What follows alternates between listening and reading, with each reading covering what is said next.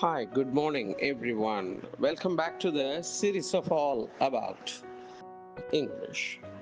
Straddle அப்படின்னு ஒரு வார்த்தை நம்ம தமிழ்ல சொல்லமுல்ல, ஆத்துல ஒரு காலு சேத்துல ஒரு காலு, இவன் ரெண்டு பக்கமும் நிக்கிறான்ப்பா, இங்கேயும் வேலை செய்யறான், அங்கேக்கு அங்கேயும் சொல்லிக்கிறான், இங்கேக்கு இங்கேயும் சொல்லிக்கிறான் அப்படின்னு சொல்றோம்ல, அதை தான் ஸ்ட்ராடில் அப்படின்னு சொல்லுவாங்க. வேர்பா, இட்ஸ் அ வேர்ப், வேர்பா பயன்படுத்தலாம். இதுல என்ன இது அப்படின்னா, ஒரு பைக்ல ரெண்டு பக்கமும் சமமா கால் போட்டு உட்கார்றாங்கல்ல, அதையும் ஸ்ட்ராடில் அப்படிங்கிற வார்த்தையால குறிக்கலாம்.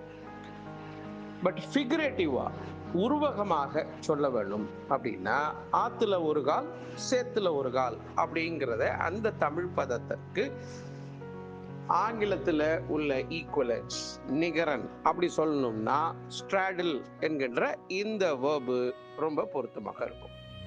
உதாரணமாக, the politician tried to straddle the issue by supporting both sides.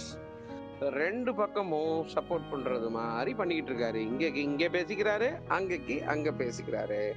But it didn't sit well with voters. ஆனா அதெல்லாம் ஓட்டுக்கு பயன்படாது.